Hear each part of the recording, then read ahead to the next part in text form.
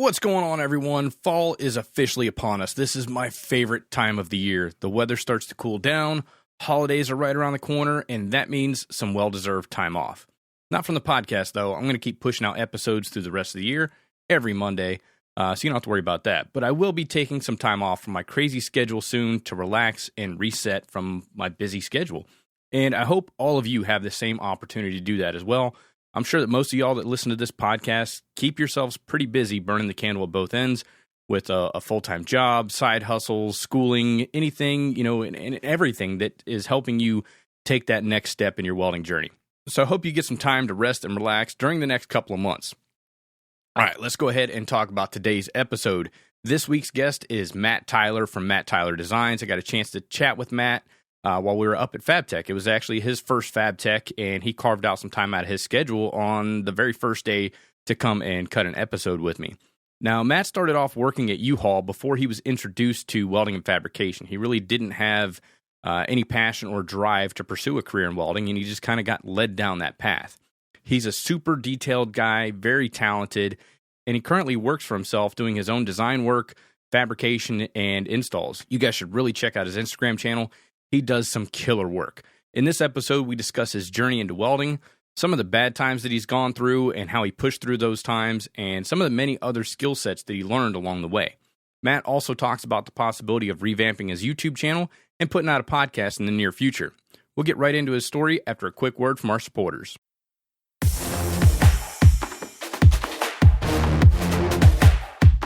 Hey guys, Kevin with the Welding Business Owners Podcast. I want to talk to you guys about the Fabricator Olympics, sponsored by Lincoln Electric, coming up on October 7th. We've got 30 spots for competitors to compete in basic fabrication challenges based on time and accuracy. The 5 top point earners from those challenges get to go head-to-head to compete against each other to win a brand new Lincoln 180i multi-process machine and $1,000 cash. Lincoln Electric is providing all the welders and tools and PPE so the playing field is completely level and competitors get to keep their PPE at the end. So come hang out with me and Jason Becker here in Quakertown, Pennsylvania for the first annual Fabricators Olympics on October 7th. Head on over to fabricatorolympics.com to get more information, to get your tickets to compete, to get your tickets for your friends to come watch you win. And if you have any questions, shoot us an email on there or find me on Instagram at Welding Business Owners Podcast. And we'll see you October 7th.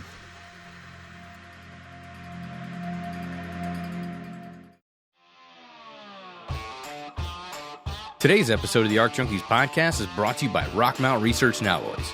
In a world where strength meets innovation, Rockmount Research and Alloys stand tall, delivering unparalleled solutions in maintenance welding for all of your most difficult tasks, including on-site repairs, hard-facing, specialty alloys, dissimilar metals, and everything in between. If there's a problem, Rockmount has a solution. For over 50 years, Rockmount has been the trusted partner for the maintenance welding industry nationwide, offering premium electrodes and metalworking consumables that work hard so you don't have to. Rockmount's diverse product range caters to every need, ensuring durability and reliability in every weld to help you weld stronger so your repairs can last longer. From maintenance welding and repair to hardcore fabrication projects, Rockmount is a name you can rely on, delivering excellence one weld at a time. And right now, you can get a free 1-pound tube of Tartan AAA when you spend $250 or more at rockmountwelding.com when you use code word AJP in the discount box at checkout. Get the job done right the first time, every time with Rockmount. We're also brought to you by Fronius USA. Fronius is thrilled to announce 2 new welding products to unleash your welding potential.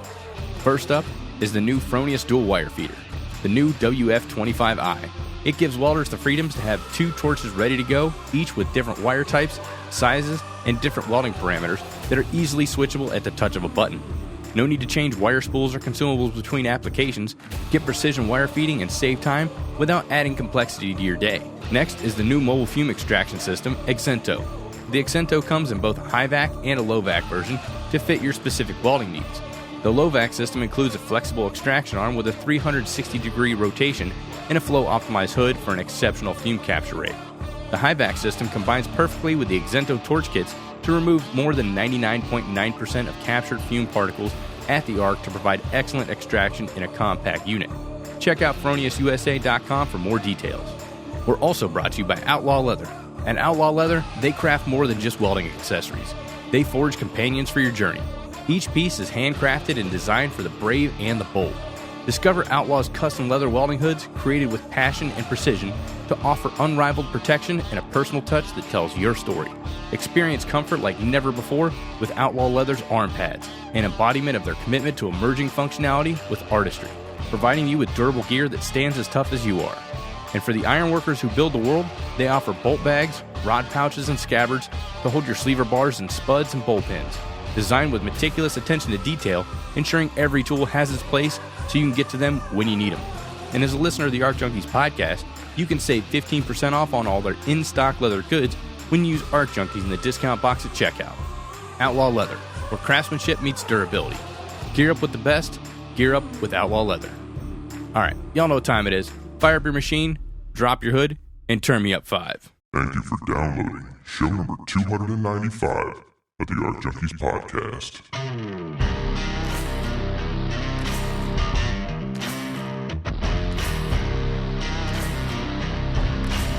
You're listening to the Arc Junkies Podcast, helping you make every weld better than your last with each episode. And now your host, Jason Becker.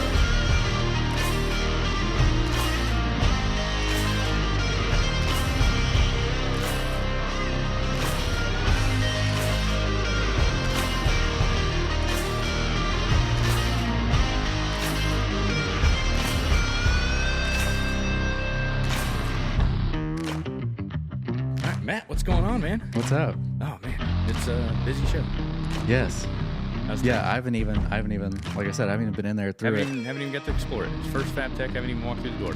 Yeah, I keep telling my wife, she's like trying to understand what this whole thing is, and I'm just like, it's absolutely massive. I've just like seen through mostly Instagram and YouTube. Mm-hmm. Like I know it's massive, and I know I'm about to find out here in a little bit. So, but yeah, I'm excited for that. Oh, you're gonna have your mind blown. Yeah, This is an awesome setup. yeah, I'm ready for that. So how'd you get into all this, all your fabrication background and stuff? Yeah, so it started almost accidentally. I was 18, working at U-Haul, like pumping propane and renting out trucks. And one of my neighbors reached out to me and asked me if I was interested in a panel fabrication job. And I was like, what's a panel? You know, what is? I didn't know what any of that stuff meant. And I didn't know how to read a tape measure, and kind of was not really totally qualified for the job. But he knew me, As and most aren't. yeah, and he was, needing somebody to fill the spot, and so I was, did like kind of walk through, ended up taking that job, and yeah, like I said, I knew nothing, like didn't know how to hold a drill properly, pretty much all that stuff, and I ended up working there for 7 years, and that was like really what laid the foundation for all the skills and doing, detailed layout work. A lot of sheet metal. I was doing one of my big jobs was a CNC operator, Mm-hmm. and so that was like one of my big ones. But throughout the period of me being there, I gotta pretty much like do everything. So I gotta run an iron worker and a shear and learn how to drive with a trailer, how to not drive with the trailer. First time went out and the trailer came off on the highway, passed me. Oh damn! And it was like one of the most terrifying things in my life. And it was one of those old trailers where you had to give it a special kick for it to really lock you gotta in know and engage. like the routine to get it locked in. Yeah. And so I didn't know that routine at the time, and I learned that day. Learn really quick. Yeah, but yeah, so that was where it all began, and there was zero passion. It wasn't like I like saw welding and I was like, this is what I want to do. It was kind of the total opposite. I was at the time I was a guitarist and an artist, and that was my plan for my life. But I was working there. I was just kind of, had to make money, had to pay the bills, Mm-hmm. and I knew that's where God had me. And it was like year after year, it was just a constant saying yes to what I did not want to say yes to, and it made no sense to me why I was here. I was like, I don't care about construction. I don't care about this stuff. Like I got this other kind of path forward that I'm working towards. And it was, probably like 8 years into it that I discovered this custom furniture company. And I didn't know that people had furniture custom made. I grew up like getting furniture from thrift stores and stuff. And so that, that's all I knew. and saw the work that they were doing, and just like totally blew my mind. Was super inspired, and he had a now hiring post on Instagram, and I was recovering from a back injury at the time, and so I wasn't even sure if it would be smart for me to reach out to him, and I did it anyway, and I was like, man, if I'm supposed to get this job, like, just please don't let me re-injure my back. I just like want to do whatever it is I'm supposed to do next. And reached out to him and got the job.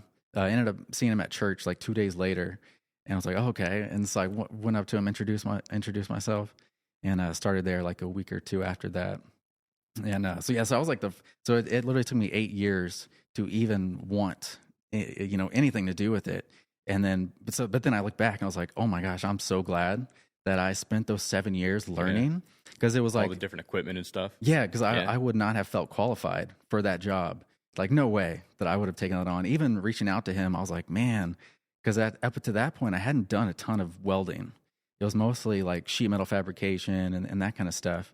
But yeah, that was pretty much how it started. Oh, that's cool, man. And yeah, like, especially, people getting into the industry, one of the things I tell them, especially students going through programs, learn how to use different equipment, because you're not just going to be a welder. It's only going to make up like 20% of what you do. It's the most technical part, but learn how to use, the sheet metal brake, learn how to use the shear, learn how to use the iron worker, the mill, the lathe, the drill press. Like, learn how to use all this different equipment, because, that's what fabrication's all about, is knowing how to, get the appropriate cut, set the right angle, get everything nice, clean, tight, fit, square, plumb, level, all that good stuff. And you can't do it if you don't know how to operate the equipment. So, 7 years doing that stuff put you on a good trajectory for, your next job. Yeah, exactly. Yeah, no, that's super well said. Yeah, welding is like one aspect to a whole like list of skills that you need to have. And whether welding is the first thing you do, or reading a tape measure is the first thing you do, it's a super important foundational skill to learn. But yeah, then to go on to then building is like a whole different skill set. It's like, it really is never ending. Like you mentioned the mill and lathe, that's kind of what I'm looking at next. Is I got to start machining, and that's one thing that I haven't even started yet. So the cool thing is that you really never reach the end. Like, you could spend the rest of your life and still never, even do everything that there is that you could do, whether that's blacksmithing or, whatever. But yeah, welding it's forever. Yes. It's an ongoing, that's what I love about it, is the more I learn, the more I realize I don't know anything about it.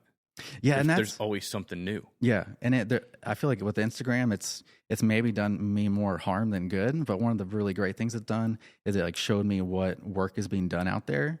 And I like, my skill would be nowhere where it is if it wasn't for the people that I've met through Instagram and seeing like what other people are doing, on the other side of the country. That's been by far the best part of social media, has been what it's opened up to, within the community, of us seeing like what other people are doing, and like, like how far you can go, and how much of a beginner I still feel like, right. When you see these other guys, it's like, oh dude, I have so much farther. You kind of see where you rank, a bunch, amongst other people, your peers and stuff like that. You also see what's possible and what other people are coming up with. Some of the, like, I had never seen welds like have a real appreciation for welds until I started seeing them on Instagram, and I was like, that's actually possible. Like, I've never seen something like that. It's always just, like regular stringers, but these guys are out there throwing in, like, lacing these nice weaves and, all this, stuff that it's artwork, and had it not been for Instagram, like, you don't see that stuff on a regular basis, Oh yeah. And it can go like two ways. It can either inspire you to where you could be, or you could start comparing yourself and feeling like you suck. Yeah, don't compare yourself to anybody but yourself yesterday. Yeah. Like, so I remember, Caveman Welder, he was like, he's just a person that stands out when you see like his beads, and then I'll go to do like a little fillet or something. I'm just like, I suck. Like, I am, like, you have to be real careful not to start comparing yourself and beating yourself up, but to see that as like, maybe even to reach out and start asking questions, like, okay, what can I do better? What can I learn from this person? Instead of, beating yourself up and just like, wanting to give up and go start a different, career somewhere else. Yeah. Just look at it and like, okay, that's set a goal. How do I get there? Like, if that's what you want to do, like you said, reach out to that person, start a conversation. Like, hey, what are your settings? What's your work angle? Like, how are you doing this? What's your technique? Most people they'll let you know. I mean, it's not like anybody's trying to hide anything. I mean, they want to build each other up. Oh yeah, I mean, this past week I was messaging dudes, like asking some about like blackening and waxing. One thing that I haven't done is like the patina work, and so and that's another thing awesome about the community is that people reach out and ask me questions, and then I reach out and ask them questions. So we're all constantly making each other better. Yeah. Like pushing each other forward. You got to link up with Ivan Eilar. Have you met him yet? No. Okay, he's here. Oh wait, from Metal Shop Masters? Yeah. Okay, yeah. Link up with him because I'm sure he knows how to do all that blackening and all the waxing and all that stuff, make it look patina. He does a lot of really cool artistic artwork and stuff like that. Yeah, no, I was so happy when I saw that show. I've been like waiting around, like, all right, where's season 2? Like, I want to apply for that so bad, Dude, that'd be awesome. But yeah, I love that show, and just seeing, fabrication, especially the creative side. I feel like that's where a lot of younger people are going to be attracted to, is seeing how the skills actually apply. But yeah, Ivan's awesome. I know he won that one, and it's cool to see like what you can actually do with the skills that you have. Yeah, and it's like mechanical stuff. Yeah, that's like one thing that I'm like, dude, I don't know if I could. The kinetic sculptures. Yeah. Like and he just makes and all that. He makes it look easy. The rabbit. He does some really cool stuff. Now, you said you weren't really passionate about it in the beginning. Have you found a passion for welding and fabrication? Yeah, so it's been two sides to that story. I've experienced so it's really the creative side that brought the passion. So me being able to take my like artistic side and then combine it with the like actual hands-on skills, whether that's furniture. It's like a furniture is a big one for me, or art or sculpture. So it's where I get to combine those two things. That's where then I get to stand back and say, wow, that's what gets me excited, is that moment where I worked so hard on this thing, and you get to stand back and look at it, and like you just want to take pictures of it, and you're just like, when I have that wow, response to that, like that's one of the kind of highlights that there is for me. And then I've also experienced the absolute low end of it, where I want to completely start a new career, which, to be totally honest, a couple months ago, I kind of just came out of one of those seasons where I was like, why am I still doing this? And I mean, I was so close to signing up to EMT school and going back to the whole like firefighter route that I had previously been pursuing.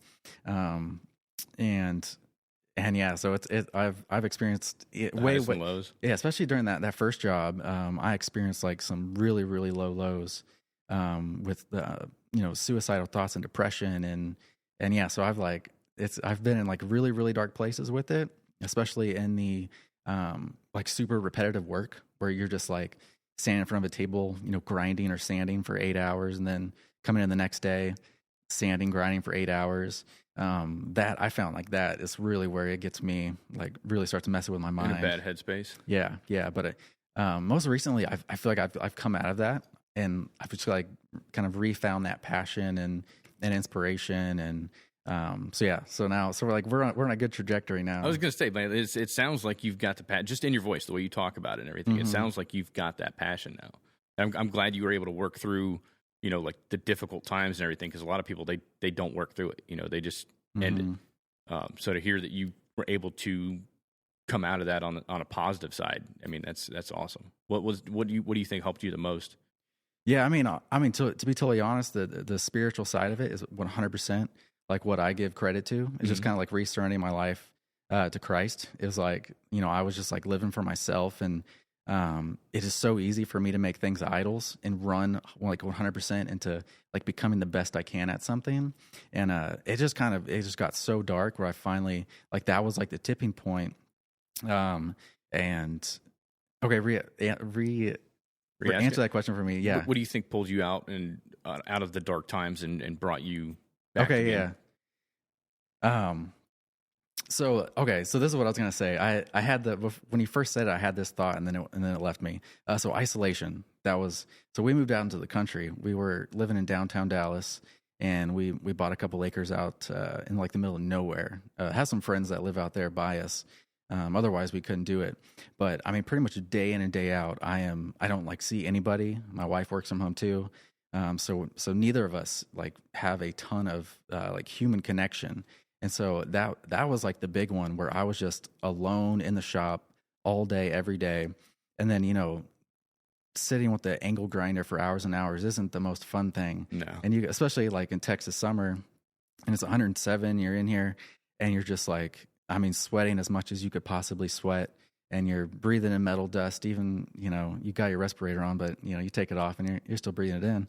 And so like your mind can, or at least my mind, really started to go down this downward spiral. And I didn't have anybody around me to talk to, even if it was just like dudes in the shop.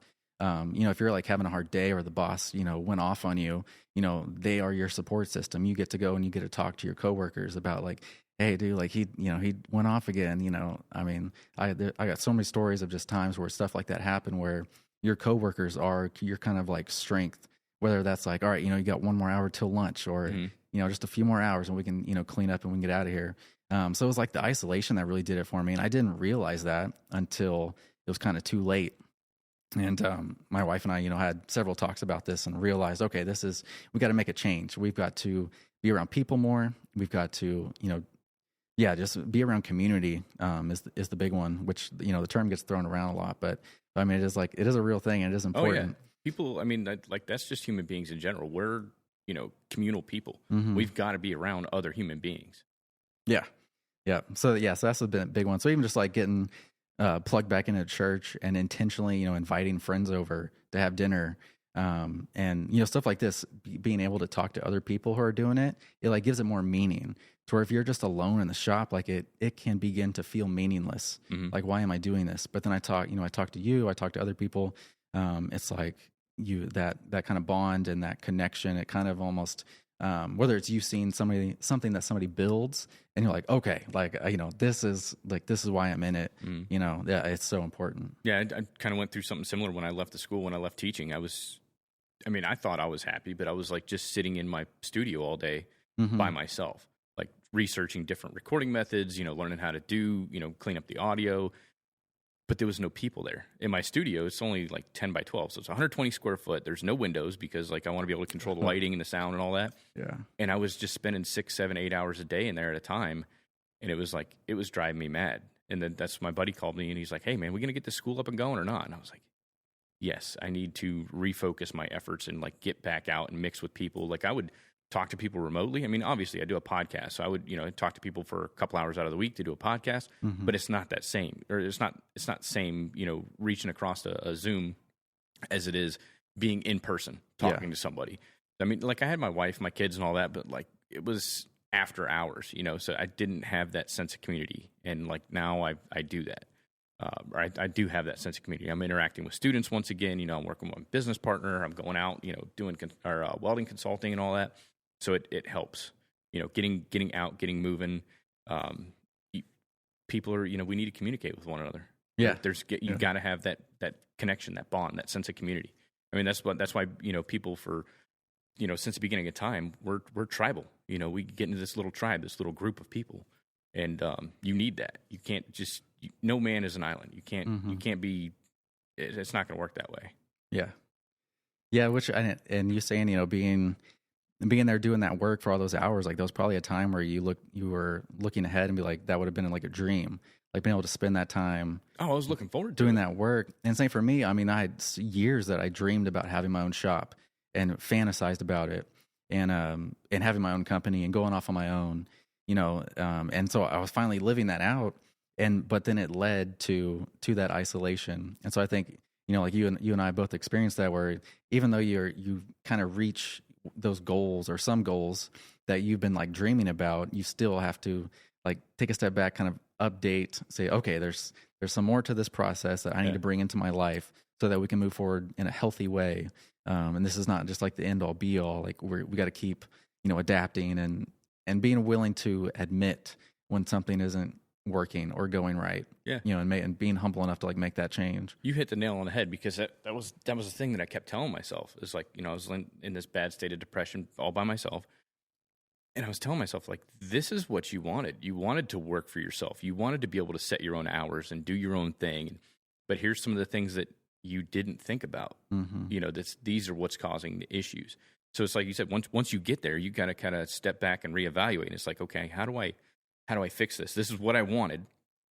here's all the things I didn't expect that would come with it. How do we work through this and deal with that? And it's just constantly moving, readapting, reevaluating, and making small changes. Yeah. Which, again, coming back to that, just the awesome group of people that we have in this community, like being able to sit down and have a conversation about that, rather than, if you weren't involved with all the people, then you would just be alone in your shop. Yeah. Or miserable. Yeah. And you wouldn't have those people to reach out to that have maybe already walked through that, and can like lend you that wisdom that they've walked through.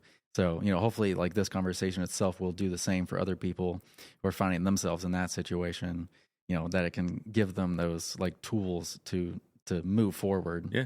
I recently did an episode on mental health, and I was like, I don't know about putting this out there. It's like not really my style of, because it's mostly welding and fabrication and code talk and all that stuff. And like the amount of people that reached out and was like, dude, thank you for putting out that episode. It couldn't have come at a better time. That's exactly what I needed to hear. Mm-hmm. That you don't have to go it alone. There's reach out. If you need help, don't be afraid to ask. And it's just like starting those conversations. Yeah. It's not one of those fun topics. No. That people will easily, like, I'm sure there's a lot of people that were just like, just kind of like, I don't even want to kind of go there, look there. But yeah, it is so important. And I've, that's a big part of my history is some of those like dark seasons, with like suicidal thoughts and just like, there was like a lot of days of just like, each day was just survival, like just getting through the day back kind of in my earlier years, my early 20s. And yeah, if I would have had something that I could have listened to, rather than just being alone in my thoughts for 8 hours, it would have been incredibly helpful. Yeah. Mm-hmm. Yeah. It's everybody's got their own demons. Everybody battles things differently. Yes, for sure. So you're in a better place now. Did you guys move back into the city, or you just kind of like figured out a way to kind of build and incorporate community within what you're doing? Because you're still working for yourself, right? Yeah. Oh yeah, we definitely talked about moving back to the city. That's like the attractive thing. So what we've been doing when we got the acreage, we were going to build a house, and so my job was to build the house. She was going to work from home and kind of like pay the bills while I built the house. And then once the house was built and we had a place to live, then that's when I would start my company. And so we lived in an RV, like a fifth wheel trailer, on the property for about a year and a half while I built it. And so the goal was to do it debt free, because we didn't feel like we were supposed to do it the kind of traditional method and absorb a lot of debt. Yeah. Yeah. And so we just had spray foam done like a couple weeks ago. And so that was kind of the whole mission that we were on, was getting this house built, doing it debt free, kind of looking towards the future of where we want to go with our family, and make some sacrifices along the way. Cause it was like an old run down trailer. Pretty much everything broke on it that could break. I got to learn how to do plumbing and kind of all that stuff. So luckily we do have a bunch of young families out there who are also very like-minded, want to kind of go after the same thing in life, have young kids.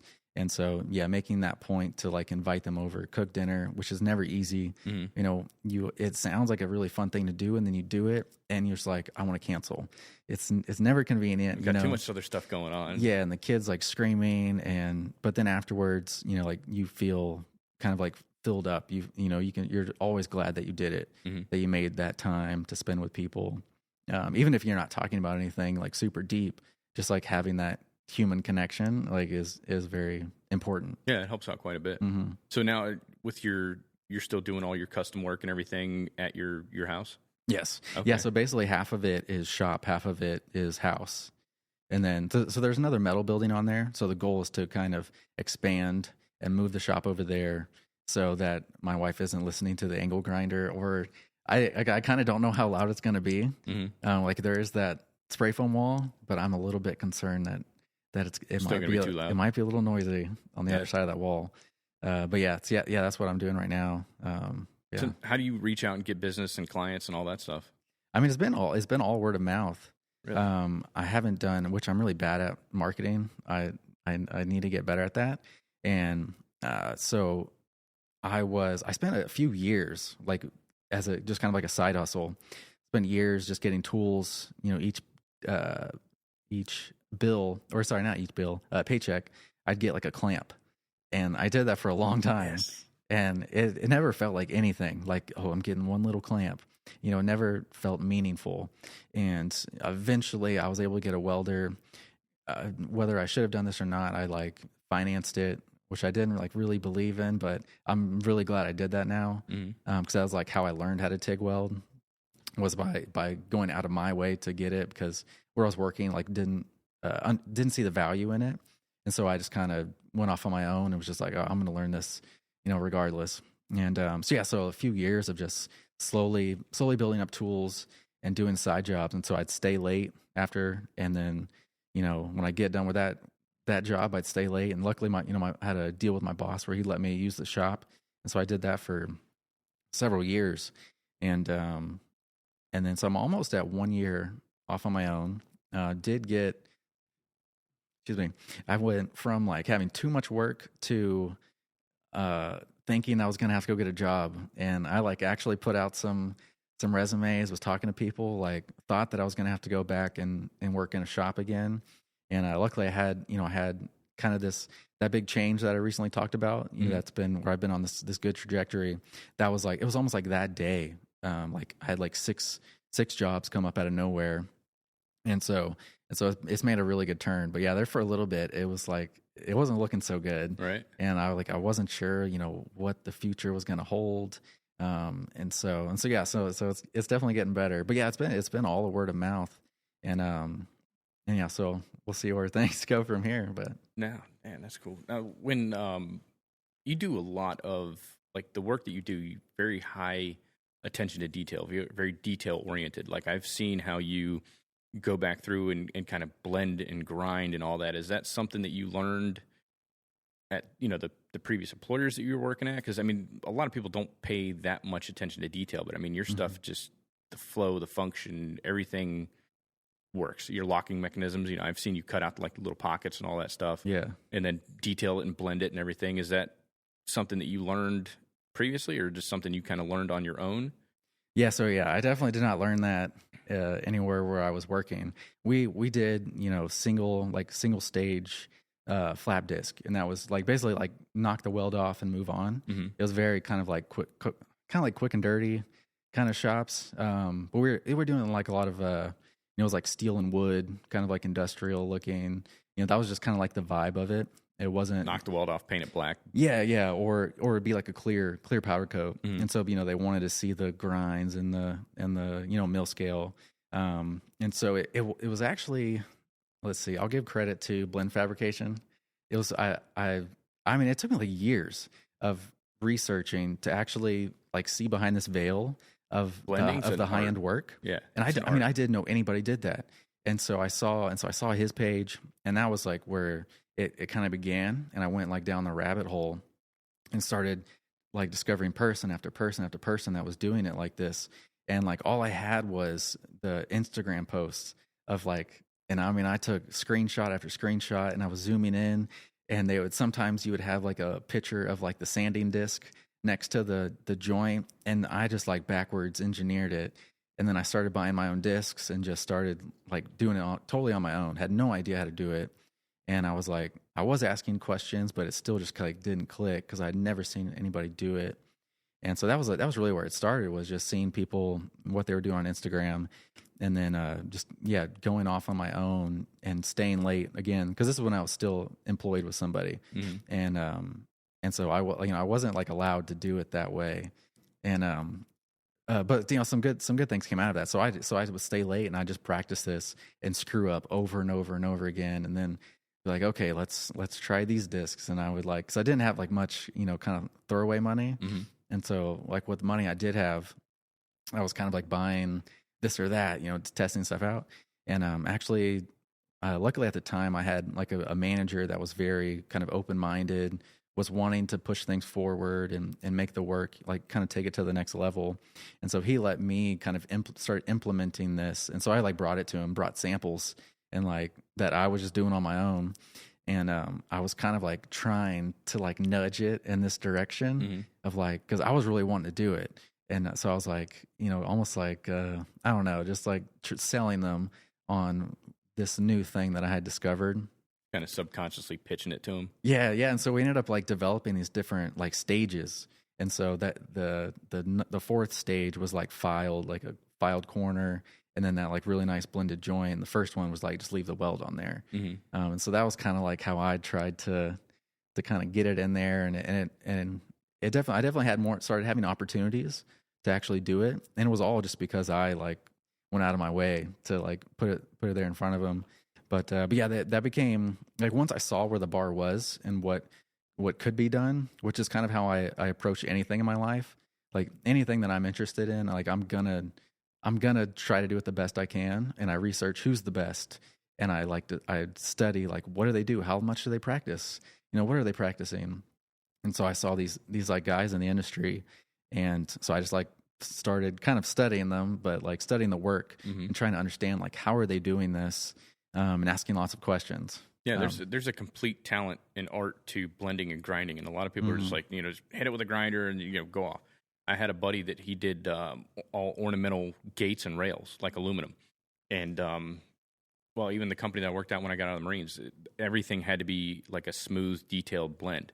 Because prior to that, it was just like, grind it, knock the weld off, paint over it, and just go. But like, we did this stuff for this high end area. And you couldn't have any grind marks, no swirl marks. So everything had to be blended, like all the way down to like Scotch-Brite pad. And, then we would have, because everything was powder coated, but some of the welds and connections had to be made in the field. So we'd have to blend those, grind them, get everything nice smoothed out, and feather back the paint, or feather back the powder coat. And then the powder coat company actually had like cans of this spray-on stuff it was a perfect match. And then we'd blend it that way. So I learned doing it like that. And then getting into my buddy Bill Warren with the aluminum gates and handrails and fancy, like for high-end homes and stuff like that. He was a stickler for that. And like grind marks had to be a specific way. Once you get done with things, you had to hit it with a DA. We would use wax on our grinding wheels for like the aluminum. Okay. To blend everything down. You get it far enough, and then you switch over to a DA, and then you get everything blended in, because again, you'll be able to see scratches and dings and uneven wear marks, or like how you get Coke bottling effect and pipe and stuff like that. As soon as you throw that powder coating on there, man, you see it. And that's like, it's too late at that point to go back and fix it. I mean, it's not, but it's like, you shouldn't be in that situation at that point. Yeah. Same thing with stainless, working with, polished stainless. I mean, that's a whole art within itself, switching down to the different grits and, graining it and, getting everything smooth and blended. It's all for aesthetics. It's definitely an art. You can't just, not one wheel is going to do everything. Every wheel's got a specific purpose. Yeah, and that can be super overwhelming too. It can. There's so many brands, first of all, and then each one has their list of discs, and so I was like, I did a few posts just like putting like, this is the disc that I am using, just to make it, to simplify it, because it can feel so overwhelming, and you don't want to throw money in the trash, just testing all these different ones out. But yeah, so I ended up doing a course. That was like my first course I did, was a blending course. And I have that one on my website for like $20, which is like super good deal for how many hours it took me to figure out even just like what discs to use and what order and all this stuff.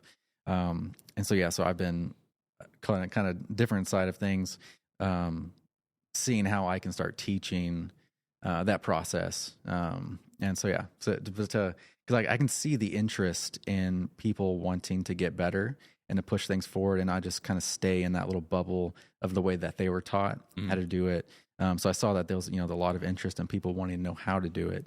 And so I've, very, very grateful that I've had the opportunity to like help other people in that process. So it's kind of like a master class on blending that you put together. Yeah. And it's only like 18 minutes long.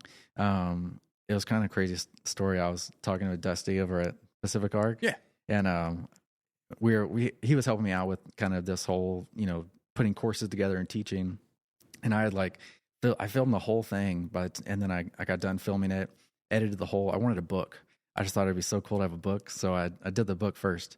And then by the time I got done and was ready to publish it, I didn't even do it that way anymore. And I was like, I cannot put this out.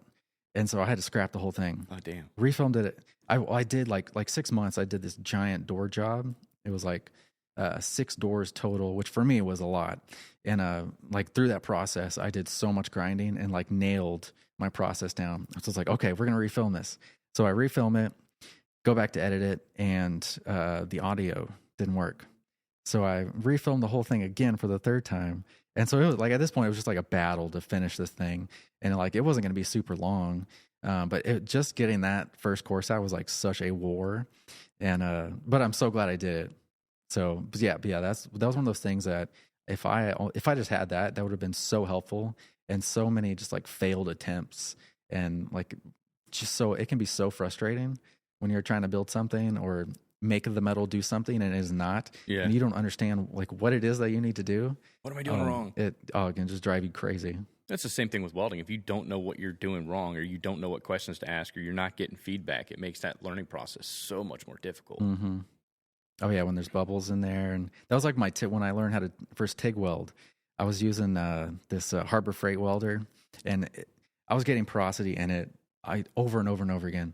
And I didn't know anybody that knew how to TIG weld. And so I was like, watching all the Jody's videos and studying that, and I would just like weld after weld was getting porosity. And it turns out that gas was leaking through the torch, and I had no idea. And I just like almost gave up learning how to TIG weld for something that it shouldn't have been doing. But I just like didn't know what I didn't know. Yeah. So, and then you don't know where to look. You don't know how to fix it because you can't troubleshoot the issue. Yeah, because I thought maybe it's not clean enough. Maybe my tungsten's not clean enough. Maybe I'm like grinding the tungsten the wrong way. And so it can just like take you down this list of like, this is so complicated. Mm-hmm. And then now I know like TIG welding isn't that as complicated as I thought it was. But it was like some simple, like laying out like these are the steps, and just practice this and you'll be good. Mm-hmm. Yeah. So do you have other master classes that you have up on your website, or is it just the blending for right now? It's just that one for right now. Okay. I try to like do too much at once. I was going to do the courses, which I had filmed. I have another one filmed. I was doing this like how to design and build a chair, and then I got to a certain point where I didn't even like the chair I was building, where I was like I can't put this out. Like I need to scrap this and just redo it, because I was just like I was not proud of the design itself. And the other tricky part was I hadn't built it before, and so I was like making this whole course on this how to build this chair that I hadn't built, and so I was kind of like fumbling my way through it, and like anyway, it was like super complicated. But yeah, so I was trying to do that, and then the podcast, and then which was like a design craftsmanship fabrication podcast, and then the custom fabrication side of the company, and then as well as like my own kind of brand of like furniture and work. And so I was just like trying to do all those things and then I was also building a house myself while you're trying to support yourself. Yeah, for a living. Yeah, and a toddler too, yeah. And be a husband. And it was just like, okay, we need to. It sounds good, like being able to say you're doing all these things and like it looks super productive, but then you just like wear yourself out to where you there's no longevity in it. Mm-hmm. And so I just kind of had to accept like, okay, you can do all these things, but you're going to need to narrow it down a little bit. Otherwise you're going to, burn yourself out. Yep. Or do them all really poorly. And it needs to be done really, really well, whatever it is that you're choosing to do. All right, we're going to go ahead and take a quick commercial break. This segment of the Arc Junkies podcast is brought to you by Everlast Welders. After several years of research, customer input, and technological design work, Everlast has developed and released the new top-tier Typhoon class of TIG and stick welders. Designed to compete head-to-head in the next generation of elite AC and DC TIG and stick welding machines, the Typhoon 230 offers the best combinations of features and specifications for true next-level performance. It runs off 110 and 230 volt. It features AC and DC TIG welding capabilities.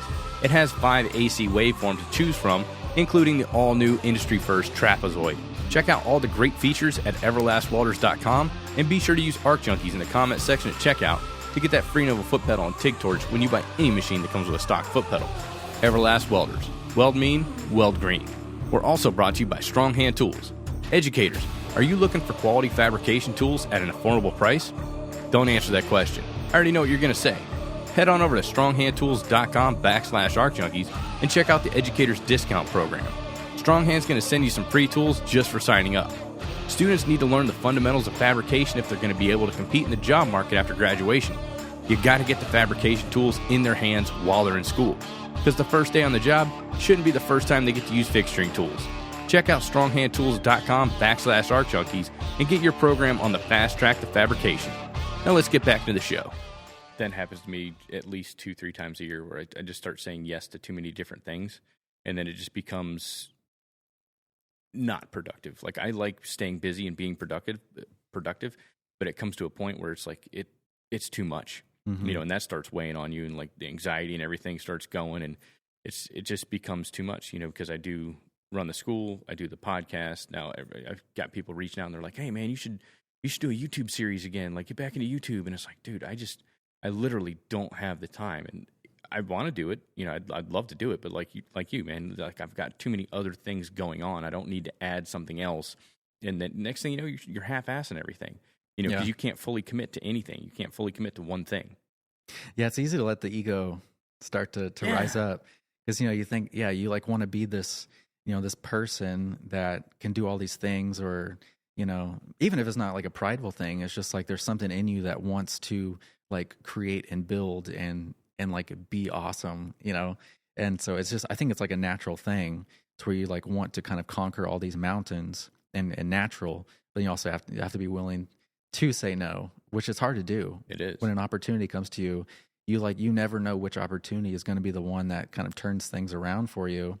And so it's hard. It's hard to say no to friends, and it's hard to say no to opportunities that, you see the, potential that it could become something really great. Yeah. That's my buddy, Frank Vargas. He came down to the shop the other day. He runs a YouTube podcast series called Torch Tales. And he came down to interview me, and that was the question he asked. He's like, what are your goals in the next 5 years? And I was like, I don't have any. Just for the simple fact that because every opportunity I say yes to changes the trajectory. And it's hard to say no, because the opportunity you say yes to often leads to another opportunity. So I got to a point where I was afraid to say no, because I was like, if I say no to this, like everything's going to shut down. Everything's going to stop. Yeah. I'm not going to keep progressing. Nothing else is going to come down the pike. What do I do? So I'll just keep saying yes, and every opportunity leads to another one. But it gets to a point where it becomes too much. You got to start dialing it back. You will get more opportunities. It's okay to like back up and slow down and take your time and, do things correctly and focus on the things that you're like really good at, or your main staples of, whether it's life, income, family. Like you got to be very careful how you balance all that out. Yeah. Yeah. And pretty much like, each one of those things that you try to do, it pretty much always takes, let's see, what multiplication do I want to use? It takes like 5 times longer. So if you want to start a podcast, if you want to start a welding school, like it's going to, however long you think it's going to take most likely, it's going to take much longer. And so it can start to just add on to where your plan of being able to start that new venture just kind of gets, either pushed back, or you don't have the patience, or you just like start tacking new projects on. And yeah, so I've definitely learned that whatever it is you're wanting to start, you got to accept and be okay with it. That the thing that you want right now, it might, if you think it's going to take 4 months, it might take a year. Whether that's starting a business or a welding school, which I can't imagine. The complications that come into that, especially seeing how all the machines and all the tables and all that, and how like awesome the actual school itself looks. Like I can't imagine. Yeah, you got to be realistic with your goals, and like you said, time frames. I think 5 times. Yeah, that sounds about right. Because I remember when I took over the podcast, I was talking with my wife, and she's like, "You already have so much going on." Because like I was a scout leader to my kid, I was active participant in Masons. I do like I was working, I was doing side jobs. Like I've got all this other stuff going on, and she's like, "You already do too much as it is. Like why would you want to start?" Why would you want to take over this podcast? It's just going to eat up the rest of your time that you don't already have. And I was like, babe, it's like 2 hours a week. Like I'll record, for an hour, and then I'll edit for an hour, and then I post it, and then I'm done. No, dude, like one episode, it takes a lot more work. So like the duration of the episode, that takes about 3 times longer to edit than the actual episode is. And that's like the raw file. That's not what actually gets released. Mm-hmm. And then you got to like cut all the ads, then you got to find the music, you got to find all, fade everything in, fade everything out, all the splices. I mean, and then like scheduling guests. What do you do when a guest cancels? And, now you got all these monthly subscription fees because this stuff isn't, it's not free to you got hosting services, you got editing platforms, you got all this stuff that you don't typically think about. And it's like that with anything in life. It's going to take you, like you said, probably 5 times longer than you actually think it's going to take. And it's going to be a lot more work than you anticipate up front. Yeah. Which can be like a big bummer. It can be. And it can like really kind of mess with your head of like, is this really what I want to do? Is this worth it? Am I like really in it? Am I in it for the right reasons? Or am I just looking for like an easy win or I don't think there's a fast or easy business to start. No, if it's fast and easy, it's not going to work. It's not going to last. Yeah. And if you're not passionate about it, it's not going to work. Yeah. It definitely cannot be about the money, because the desire for money will just, it'll fade, and it will not get you through like the late nights or the mistakes and having to do things over and over again. Yeah, that's a lesson I've learned this past year, 100%. And it definitely cannot be about wanting to not work for your boss anymore, or wanting to make more money, or the toys or whatever it is. Definitely can't be about the money, because as soon as the money's not coming in, you'll give up on it. Yeah, because you can go make money somewhere else. Easier. Yep. It'd be a lot easier just to go work for somebody else. Screw it. Yeah, and I've had that thought. Yeah. I was like, how much the amount of hours that I'm spending and the money I'm making. I'm like, dude, I could be clocked out, not having to think about this. I could be done and not be carrying this thing with me for the rest of the evening, or putting my daughter to bed and then getting back on the computer to like get the estimate ready so I can. So once they get into work in the morning, the estimate's there for them to see it. And and then by the time you get to the shop, you've got hopefully you got communication on whether they accepted your bid, or you can start the project or anything like that. Mm-hmm. Yeah, this is fun times, man. Oh, absolutely. Fun times being an entrepreneur. It's the stuff that they don't write about in the books. Yeah. No, I heard, start your business, make your money, retire early. Yeah. You hear the stories of the hours that the dudes put in, especially like all the welders. It's crazy seeing like how many hours Sam Wells puts in. Oh yeah. I'm just like, and it's like a competition where it'll be like them and Bazatis and although I'm like, worked 80 hours this week, and it's like, it's no joke. Like you can't do what they're doing, and like you see the cool trucks and you see the cool toys. You do not get there if it's just about doing it so you can have the cool truck.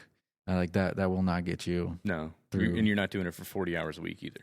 No, I mean they're putting in 3 full-time work weeks. Yeah, I'm trying to figure out how to do that. Like I want, like that's super important to me, is like to figure out a way to make it that 40-hour work week, whether that's like bringing my expenses way down to where like I don't really have any bills, so that I can do that and have those options. But yeah, it's just inevitable. You gotta start automating some stuff. Yeah, I'm sure I could find some of that stuff here. Oh, dude, yeah. Especially like, so side B is all like the welding stuff, but if you go to side A, they've got all the machining, stamping, folding, bending, punching, all that stuff. Time savers, that you can run the material through and it polishes it and all that stuff. Mm-hmm. Yeah, they got all that stuff on side A. But yeah, there's so much stuff here. But then again, you switch over to automation. Okay, yeah, I'm increasing my productivity, but now I'm increasing my expenses also.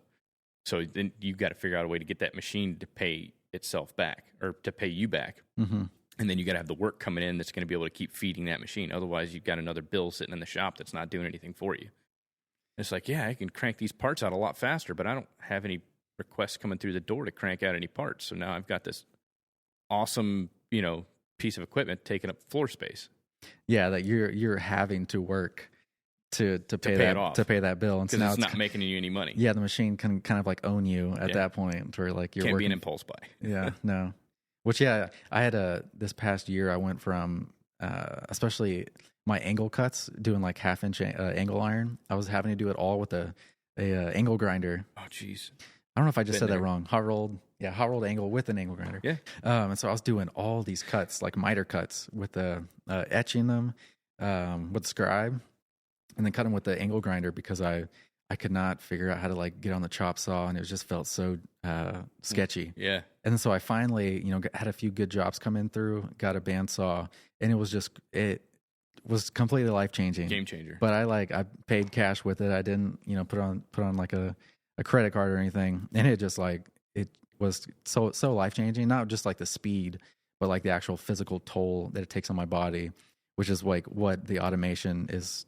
One thing it's so great at is if there's options now, instead of you sitting there with an angle grinder grinding weld for 8 hours. There's like some tools that can take that demand off of your body, or even do it. I've seen like 3M has some sick stuff where like it's like grinding the welds down. I'm just like, okay, that's I don't want to know how much that costs, but man, would that save my body a lot of wear and tear. Yeah. So which you said you got a bandsaw? Did you get portaband or vertical or horizontal or horizontal? It was a Grizzly 66 or G034. I can't remember. But it was like one of the $2,000 or $3,000 ones. So it's kind of like a maybe not entry level, but I spent too many hours researching bandsaws. Like it was like a problem, which I've done that with like welding tables, all that stuff. Like I've just kind of obsessed over it, and I'm just like, oh, what are the pros and cons of every brand, every model, and what am I going to gain, lose? But yeah, I'm super happy. Over research it, because I mean, like you buy that piece of equipment and you get it to the house, even if you got to send it back, you're not getting what you paid for it back. So, like, it's good to do a lot of, especially on, like, capital equipment, like, do your research on that. Buy once, cry once. But, yeah, plan that stuff out, because that's the great thing about these shows is you can actually walk in and see it, touch it, feel it, try it out. So, I mean, that helps out quite a bit. I've got a hard time. Like, I've had to purchase equipment. I build Underground Metalworks will be the 4th school that I've built. I mean, luckily, most of that was prepackaged, but the other welding schools that I built before, I've got a set amount of dollars that I can spend on this stuff, and I've got to get the most bang for my buck. So which one has the best warranty? Which one has the best customer service? Which one has, the best lifespan? Which one's the most user-friendly? And you got to like weigh out all the pros and cons, because I'm going to buy this saw or ironworker or shear, and I'm stuck with it for, forever. Yeah, because I can't just tell them, hey, this thing's a piece of crap now. Well, you're not going to get any more money for another 4 or 5 years unless you can figure out a way to get grant money. So you got to work with it. Same thing in a shop. You own your own business. You make a mistake buying a piece of equipment because you listen to the sales guy or you saw a video on Instagram, and now you're fully committed to this thing. You can't back out of that. You got to keep using that crappy piece of equipment. Mm-hmm. Yeah. And then you see that mistake every time you walk in the shop. You're like, damn it, every time you walk by it. Yeah. That was kind of when I pulled the trigger on that bandsaw. I had gotten to test out this old, like super old Ellis, and so I thought I was going to get an Ellis, but then I'm doing so many miter cuts. So I'm going to get the name of it wrong, but basically like the top of the bandsaw. There's like a certain name for it, but it's basically on the Grizzly it's offset. On the Ellis it's like right over the blade. Mm-hmm. I can't believe I'm like blanking Where on clamps. No, like the actual head of the saw that comes down. Mm-hmm. I'm like totally blanking on what it's called. But basically with like the Grizzly, it's offset. So when you're looking down on the blade, you can like match it up perfectly to the like your Sharpie mark on your tubing or whatever. And so that was like one thing that I was like, I'm glad I got to test out this one saw, which Ellis is great. I love Ellis. Mm-hmm. Like they make some nice stuff. Yeah, like so many awesome shops use Ellis's, and so they're absolutely awesome. But I just saw for like me specifically that having that kind of offset on the saw was just like more beneficial for me, being able to like do those cuts and like being able to see exactly where that line is, looking at it like straight down. So yeah, you gotta hook your laser up to it.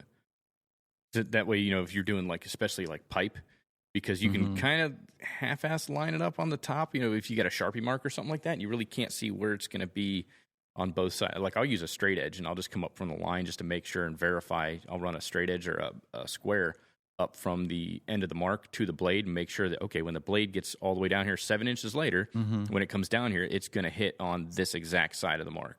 But yeah, with the lasers, it like wraps around. I used a Dual when I was with the ironworkers, and they had that laser attachment on there. And dude, it made life so much faster, so much easier.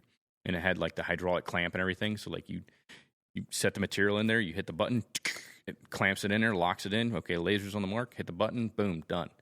Oh, I love it. Yeah, definitely. Slick. I've never used something one you got to work up to, but I mean, I think you can get aftermarket lasers and stuff for them. Yeah, one of my goals is a vertical, like an old vertical Dual. Mm-hmm. Yeah, we'll get there one day. The Mark, I think it's a Mark III. Those are the ones where the saw blade actually moves. You lock the material. Jason with Fireball Tools, he uses one at his shop a lot. It's a Marvel. I think it's a Marvel Mark III or something like that. Those things are super slick. That's what I want. My buddy in Scott out in Texas has one at his testing facility, and I think he's got like 3 or 4 of them because he's got one saw set up for each type of alloy that he needs to test. Okay. Just because it's more time efficient to buy a saw for the volume that they do, to have a saw set up. This one only cuts stainless. This one only cuts aluminum because the sheer volume and blade swapping and all that, it just made more sense to, we'll just buy another $20,000 freaking saw to be able to do that work instead of switching the blade in between alloys. Yeah. But those saws are freaking awesome. I mean, you can still get like some of the old school ones, and I mean, they run just as true as the days that they got out of the shop. Yep. Yeah, those old machines are no joke. Yeah. It's definitely, I mean, there's a big appreciation for them, and people, especially like the Bridgeport is, like a classic one. It's like everybody wants a Bridgeport. If you're getting a mill, that's kind of like the standard. Yep. Some of that older stuff is just the, if you can, the way to go. Mm-hmm. It lasts forever. Yeah. We just bought a knee mill. It's not a Bridgeport. I wish it was, but I mean, the price was right. Yeah. I mean, it runs. It's a good machine. Yeah. I'd love to get a Bridgeport.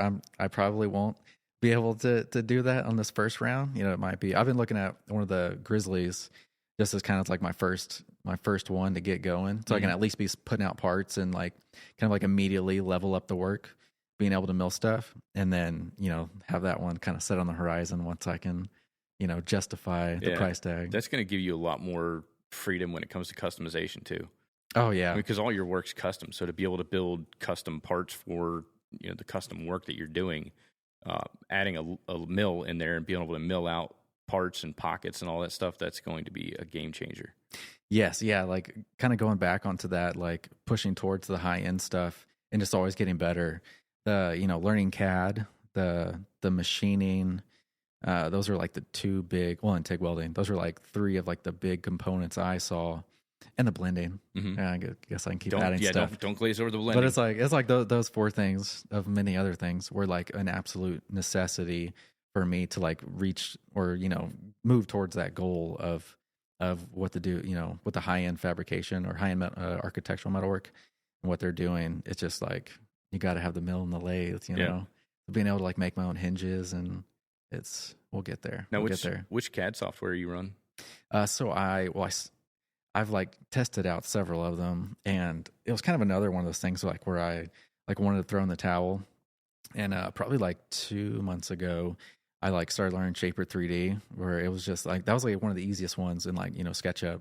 It's like kind of one of the easier ones to get into. And so I learned that. I was like, I tried Fusion before like a few times and got a course and like went through it, and it was just like I was just like getting stuck and just kind of was like. Would walk away from it, and just like it felt so overwhelming. And so I learned Shaper 3D, and like instantly just like leveled up the work I could do, and being able to submit drawings and renderings, and made my workflow so much faster, made me like such a better designer, like instantly. It was crazy. And had a few jobs where I got to immediately, have a much more professional, appearance. Yeah. Or I'm like a real company now, it's not hand drawings, even though I would try to make my hand drawings look really cool. So started with Shaper 3D, and then I very quickly realized that I was going to have to switch to something like Fusion, because I was doing tapped holes and fasteners, and with Fusion you can like bring in the McMaster-Card catalog, you bring in the part numbers and everything. Yeah, and so I'm like trying to like tap these holes and like show where like these bolts and stuff would go in. And it was just like, okay, this is not going to work, because it sped up my process and my workflow, and then that like immediately slowed it down. And so I was like, okay, we're just gonna have to suck it up. I can use Shaper 3D for now, and then we'll just keep learning Fusion, and then eventually we'll make the full switch. So I re-downloaded Fusion, like been going through tutorials again, and so that's what we will be switching to. Oh, there you go. Yes. Yeah, there's got to be like a master class for Fusion 360 and everything, because I was trying to learn. I need to just learn a CAD software. So I started back when I went to college, like way back in the day. I was going to like this place called ITT Tech, and I did architectural drafting.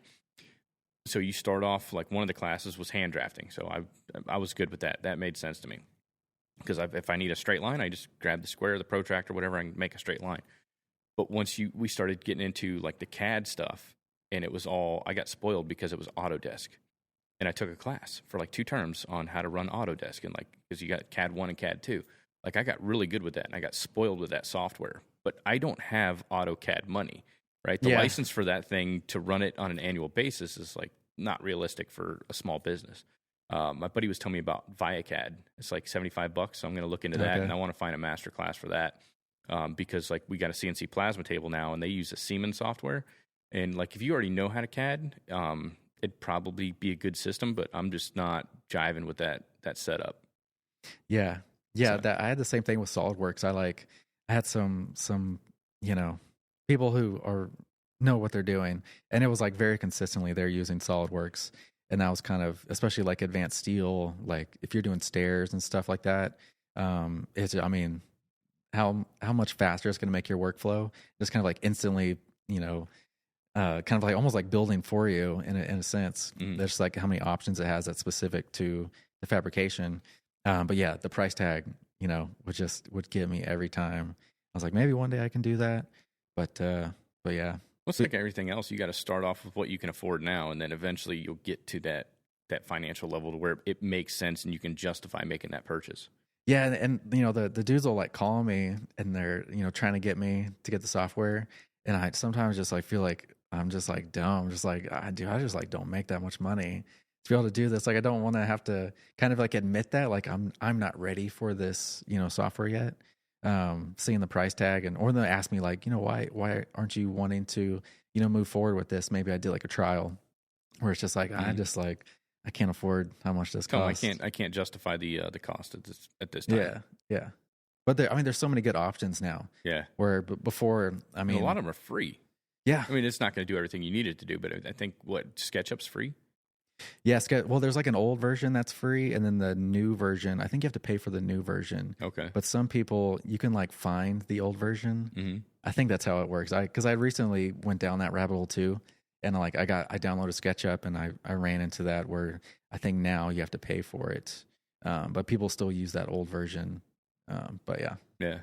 You got to be able to justify it at the end of the day. Yeah. It's got to make sense for the business. You can't do an impulse buy. Yeah, but yeah, for people like just getting into it, Shaper 3D like is crazy simple, and it's like it's affordable too. So for somebody that's wanting to like dabble with it, but isn't ready for the maybe more intimidating programs or price tag, that I have found that to be like a good kind of just intro. And then now when I go back to Fusion, it's like I'm used to seeing certain tools, like whether I'm sketching or extruding or beveling or whatever. It just is kind of like, okay, I'm familiar with that now. Yeah. I at least know what some of these buttons do and what they mean, to where when I'm looking at the whole full, screen of options that I have to it play can be with. Overwhelming. Yeah. You look at it and it's like, oh man, there's all these little shapes and, little objects and all this stuff. Like, you got to go through and like, what's this one do? What's this one do? What's this one do? You just got to familiarize yourself with it. Mm-hmm. It's like eating an elephant, one bite at a time. This is true. You just got to do, okay, let me click on this. Let me see what this one does. But yeah, I wanted to ask you that question because somebody, one of the listeners reached out to me on Instagram, and I was like, I really don't use any drawing software at this time, but like I'll try and track something down. I was like, I got Matt coming on the episode. He does a lot of that stuff. Let me find out what he's running. Yeah. And I was doing hand drawings, and I had, I don't know if you look at like product design stuff, they'll do like Copic markers and like these 3D kind of perspective drawings of products and furniture. And so I had thought that I would go down that road and just get like crazy good at drawing and like make it look like a piece of art, to where when I'm submitting a drawing to a client, they see it and they would even like get it like in the, like, as when I'm done with that piece, like they would get that drawing, like framed and dated and all this stuff. And like it sounded cool. But especially as you start doing maybe larger projects, or just, you have 10, 20 jobs going, it's like totally not sustainable. It starts to become too much again. Yeah. Or they're like, let's bring this in 2 inches. And now it's like, you're redrawing the entire thing. Yeah.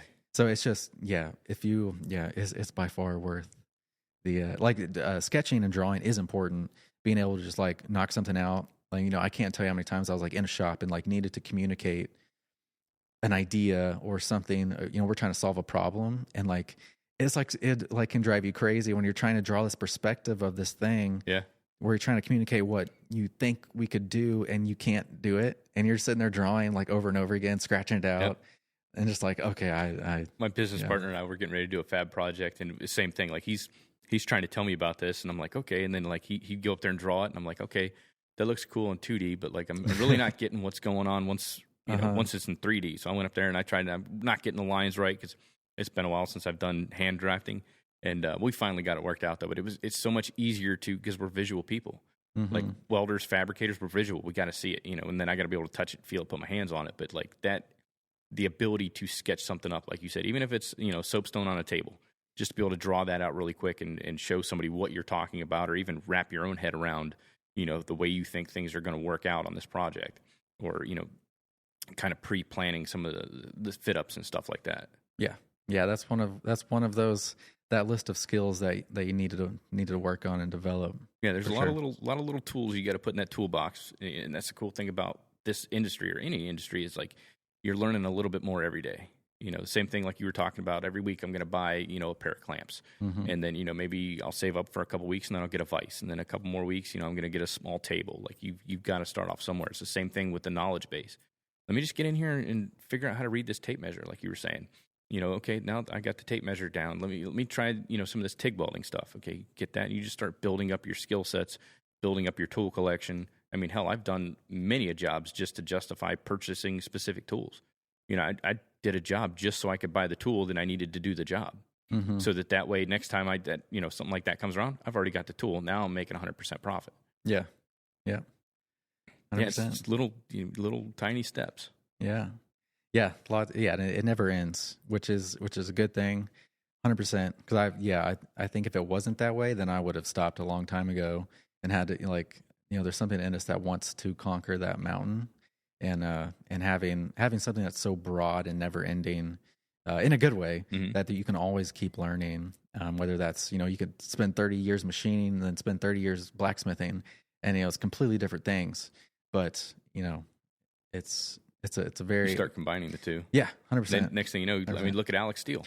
Dude, he is... That dude is a freaking whiz. But the perfect example. He started at age 12. I don't know how old he is now, but I mean, I know he's younger than me.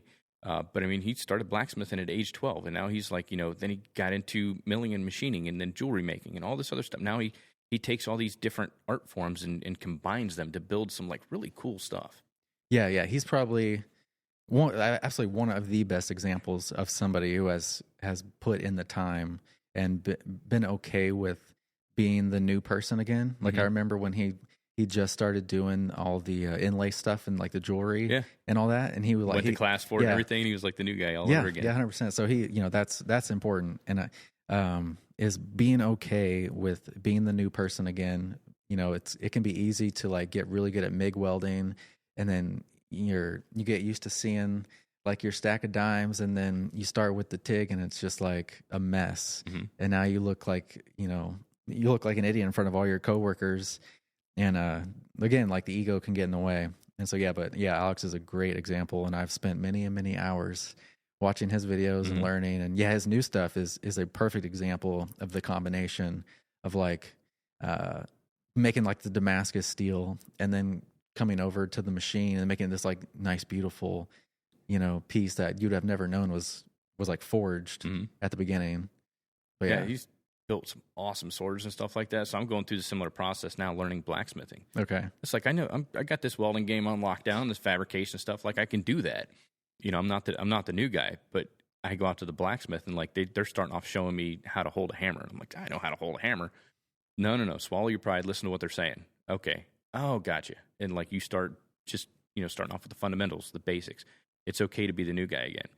And that's the part you got to kind of separate your ego from what you're doing and be open to learning new things. Be open to constructive criticism and open to education and learning new things. And it's okay to suck. Yeah. Right when you start out, it's okay to suck. Like I've built probably 6 or 7. I'm starting off with this leaf. Everybody on the podcast probably tired of hearing that. I've been building this damn leaf for like a year now, and I've probably got like 7 or 8 of them done. The last one I did, it was probably the best one I've done so far, but it's nowhere near where I want to be. I watched a video with Alex building them. He goes, you need to start off when you're blacksmithing. If you're going to start off, build 100 of these first. Yeah. And it's a leaf. I mean, it's not the one that I want to build, but I mean, like, I'm going to start off. I'm going to try and make 100 of them and just see that progression. Exactly. Yeah. So I had a good taste of that again, probably, let's see, I was maybe, we'll say like 12 years into like this whole thing of building, and had gotten a job, and it was kind of pushing what my skill level, which is like the reason I wanted to work there.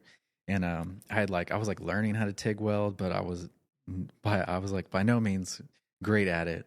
I was kind of just like, I was getting through, and I was like able to do it, but it was very slow, like painstakingly slow. Especially when I came to actually fabricating, because I'm like in all these different positions now, and so now my muscle memory is really not there yet.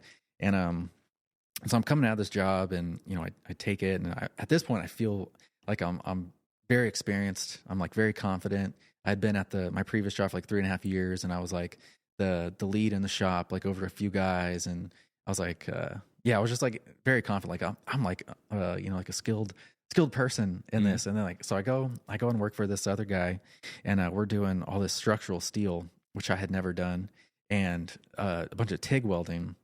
And so I was like building these welding carts. I'm thinking, who's the ZT Fab? So I was building like 2 of his welding carts, and it was just like, I was like nervous the whole time because I'm doing it so slow, and I can tell he's like looking at me and can like tell like how slow this is moving along. I just had to just push through and do it. And then so we started doing the structural steel work, and I'd done a few, burned a few rods, but I really just like practicing on like some coupons in the shop. And so I just like got thrown in right into this job, where luckily I got to be next to a guy who was really, really good iron worker. And but I again like became the new guy, knew nothing, and just like had to be okay with it, had to be okay with making mistakes and getting called out for it and screwing up and just asking a ton of questions. And so we spent like a few weeks on this job, on this house, and it was crazy. By the time we were done, just in a matter of a few weeks, like I was like, oh, I can actually stick weld. Like I think I can actually do this. And just by asking questions and having him look at my work and saying, okay, do this, adjust this, it was like I got better so much faster. And it was one of those things where I thought maybe I could get through the rest of my career never stick welding, because it's not really something I ever need to do in like my kind of line of work, at least historically speaking. But that was like a great example of me where I've really got humbled and had to be okay with being the new guy again. And so yeah, so it was a while since I had experienced that, and so it was a good kind of reminder of you're never old enough or never experienced enough to like take that position again of like starting over in a new thing. Oh yeah, to get to where you want to be. Yeah, I just had a lady on the podcast a couple weeks ago, and that's what we were talking about. She was a Spanish teacher at a college and switched over to learn how to weld. Okay. At 40. And like, you're never too old to learn a new skill. You're never too old to learn a new trade. I mean, like your mind's your only limitation. Mm-hmm. As long as you want to do it, you're willing and able to do it, and you want to put in the time. That's the biggest thing, is putting in the time and effort. Dude, yeah. You got to put the time and the effort. There's very few people. I mean, I've met a couple people in my life that can just pick something up and just be naturally good at it. I had a buddy in high school. He was just naturally talented.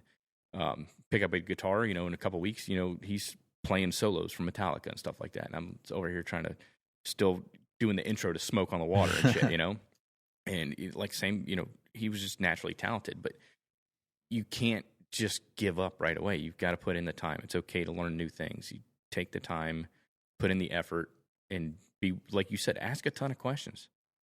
That's the biggest thing. Like when I was teaching, anybody have any questions? No? Okay. And I know, I can see it in their eyes. Like nobody wants to ask the questions. Ask the questions, start the conversation, because everybody in that room's probably got the same questions. Everybody's too afraid to ask it. Just ask the damn question, get it over with.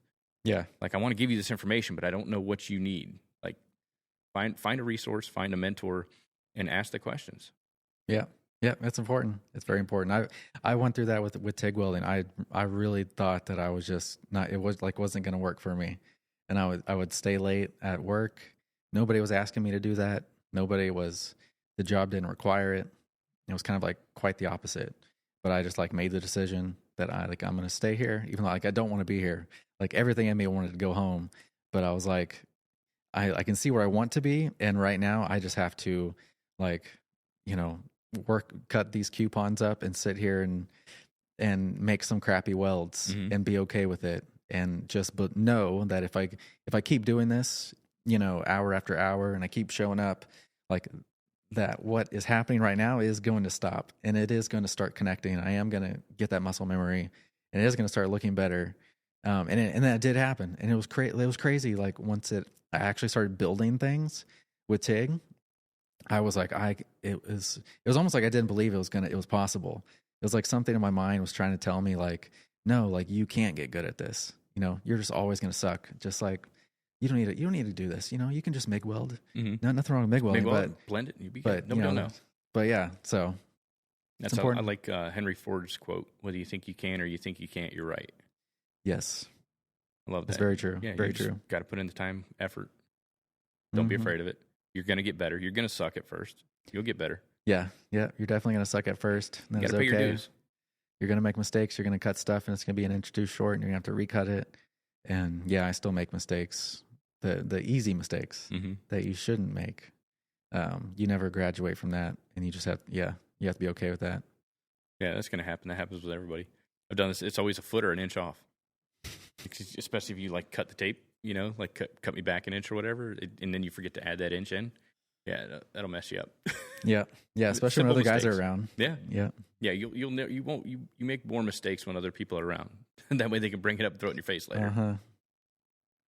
Damn it! Yes, why don't you tell everybody where they can find you? Different social medias, plug your website, and all that good stuff.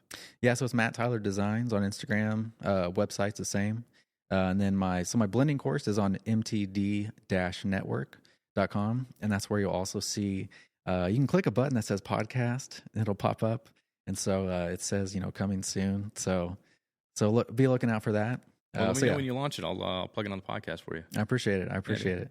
But yeah, I think that's it. And then YouTube will also be Matt Tyler Designs. Okay. So I put out a few videos and got busy building a house and just kind of never got back to it. And so that'll be another thing that we pick back up. So I'm looking forward to that. Yeah, man. I look forward to checking it out. Thank you. It was great meeting you in person. Absolutely. Thank you so much for having me on. I've been listening to you for years. Thank you. So it's awesome to be sitting here next to you. Yeah, man. I know we tried to set this up. I think we were originally scheduled to do this in Austin at the IEC conference, and then we both ended up at FabTech. So it worked out. Yeah, I wanted to do it in person. You know, it's so much different than talking on the phone. It's completely different. Like it was felt so important to me to be able to sit across and have this conversation in person. Yeah, cool. Thanks for making it happen, man. Absolutely. All right, ladies and gentlemen, thank you so much for checking out this week's episode. I hope the conversation between Matt and I help you out along your own welding journey. If you're enjoying these episodes, please be sure to share them with your friends and coworkers. And if you haven't done so already, make sure to subscribe on your favorite downloader app so you never miss an episode. And if you got a few seconds, please take a moment and leave a review on Apple Podcast or Spotify. I would really appreciate it. I hope you all have a great rest of your week. Stay safe out there, and until next time, make every weld better than your last.